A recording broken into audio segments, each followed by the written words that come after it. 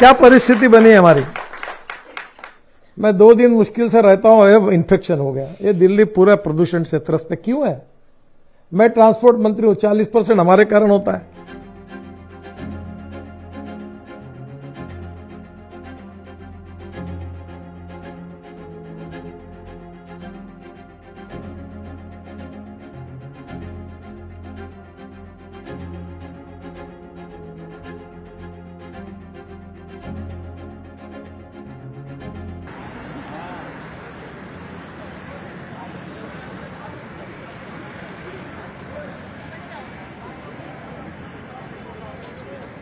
आज सबसे बड़ा राष्ट्रवाद कोई होगा उदय जी, तो देश के इंपोर्ट को कम करना और एक्सपोर्ट को बढ़ाना।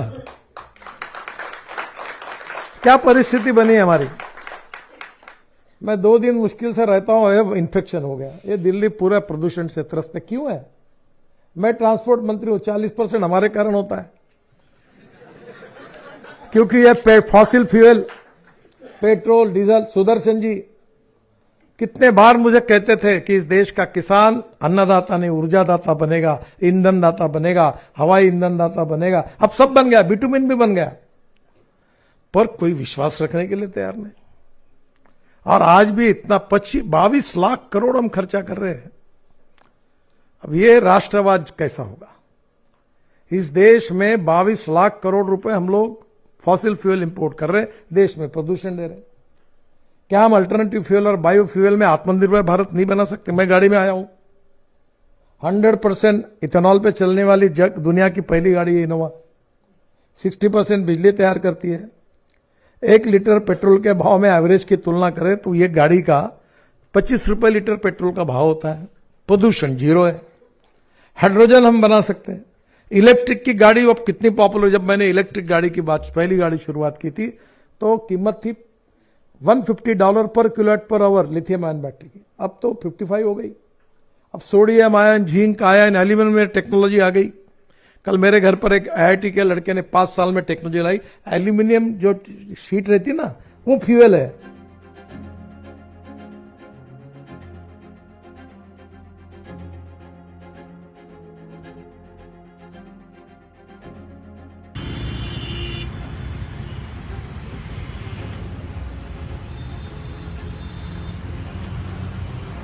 PUCC सर्टिफिकेट्स की भी थर्ड पार्टी इंस्पेक्शन अलग से हम करवा रहे हैं। मैं आपको ये बता सकता हूं, उसकी सख्त मॉनिटरिंग रही है। ट्रांसपोर्ट डिपार्टमेंट के लोग वहां पर मौके पर रहे हैं और इसी के कारण 10,000 ऐसी गाड़ियां, अब सोचिए 10,000 गाड़ियों को तो हमने आइडेंटिफाई किया है जो पोल्यूटिंग थी, जिनको दोबारा से अपने मापदंड ठीक कराने पड़े, फिर PUCC मिला।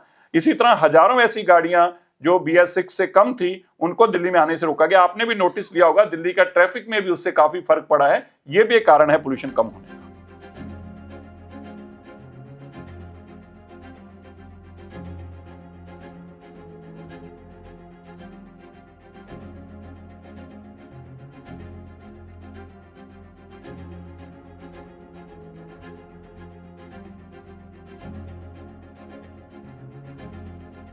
देखिए, एयर पोल्यूशन का नॉर्मली यही बोलते हैं कि लंग्स को ज़्यादा अफेक्ट करता है, साइनसिस को ज़्यादा अफेक्ट करता है, हार्ट को ज़्यादा अफेक्ट करता है। लेकिन काफ़ी रिसर्च है जहां ये है कि ब्रेन को भी अफेक्ट करता है। शॉर्ट टर्म एक्सपोजर, जैसे शॉर्ट टर्म एक्सपोजर में लोगों को हेडेक हो सकता है, डिजीनेस हो सकता है, और कुछ लोगों को ट्रांजिएंट जैसा मेमोरी लॉस या ब्रेन फॉगिंग होता है। लेकिन high dose long term exposure काफ़ी बीमारियों के लिए भी ब्रेन के साथ लिंक्ड है। अल्जाइमर डिजीज जैसे डिमेंशिया है, पार्किंसंस डिजीज, बच्चों में अगर मदर्स को एक्सपोजर है तो जैसे बच्चों में ADHD जिसको अटेंशन डेफिसिट डिसऑर्डर बोलते हैं, ऑटिज्म आना बच्चों में है, तो काफ़ी डिजीजेस के साथ ये लिंक्ड है। और मोस्ट इंपॉर्टेंट जो रिसर्च हो रही है कि स्ट्रोक का इंसिडेंस भी हाई पोल्यूशन के एक्सपोजर के साथ हो जाता है, क्योंकि जो ये पार्टिकुलेट मैटर है, ये पार्टिकुलेट मैटर जो है इन्फ्लेमेशन क्रिएट करता है ब्रेन में, ऑक्सीडेटिव स्ट्रेस बोलते हैं उसको, और ये इन्फ्लेमेशन जो है ये ब्लड ब्रेन बैरियर को ऑल्टर करता है, इन्फ्लेमेशन को करता है, ब्लड वेसल्स को ऑल्टर करता है। तो इसमें स्ट्रोक का इंसिडेंस जो है वो भी बढ़ जाता है अगर हाई एक्सपोजर हो जाए टू एयर पोल्यूशन।